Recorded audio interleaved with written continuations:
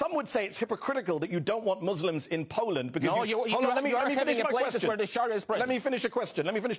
Many would say it's hypocritical that you say you don't want Muslim immigrants in your country because they commit crimes, there's a security threat, and yet you hear exactly the same rhetoric about Polish immigrants in the UK from right-wing politicians and media there. They say the Poles are groping women, they're feckless, they're criminals, they won't integrate. Don't you see the irony or the hypocrisy of treating Muslim immigrants to Poland in the same way that some Britons treat Polish immigrants? A Polish immigrant was charged with the rape and murder of a British student last month. How would you feel if people in the UK started saying, we don't want Poles here anymore, we don't want rapists and murderers here? That's what you say about Muslims. You generalize about all Muslims in the same way that some on the right in the UK generalize about Poles. There's a lot of anti-Polish racism in the UK. Do you not see the irony that you're doing the same thing to Muslims as is done to Poles?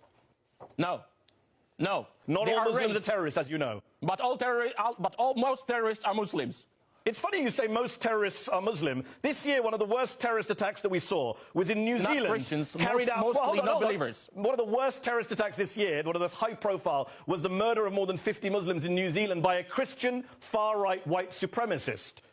Yeah, and he's jailed. That's it. So what? So Muslims are jailed as well? What's your point? Should I blame all white Christians for what that man in New Zealand did? My point is that the difference between our reaction after the New Zealand was condemnation. I do condemn that, everyone condemning it. After the terror attacks, we can hear from imams.